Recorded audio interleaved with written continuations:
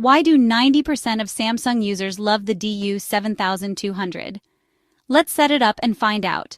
Unbox your Samsung DU7200 and gather all accessories. Plug it into a power source and turn it on. Select your preferred language and region. Next, connect to the internet. Use Wi-Fi or an Ethernet cable for a stable connection. Now let's set up your Samsung account. Create one or sign in using a URL on your phone or by scanning a QR code. Agree to the terms and conditions.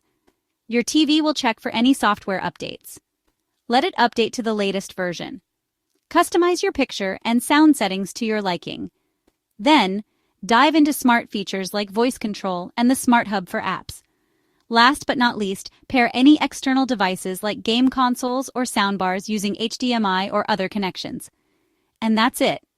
Enjoy your new Samsung DU7200 Smart TV.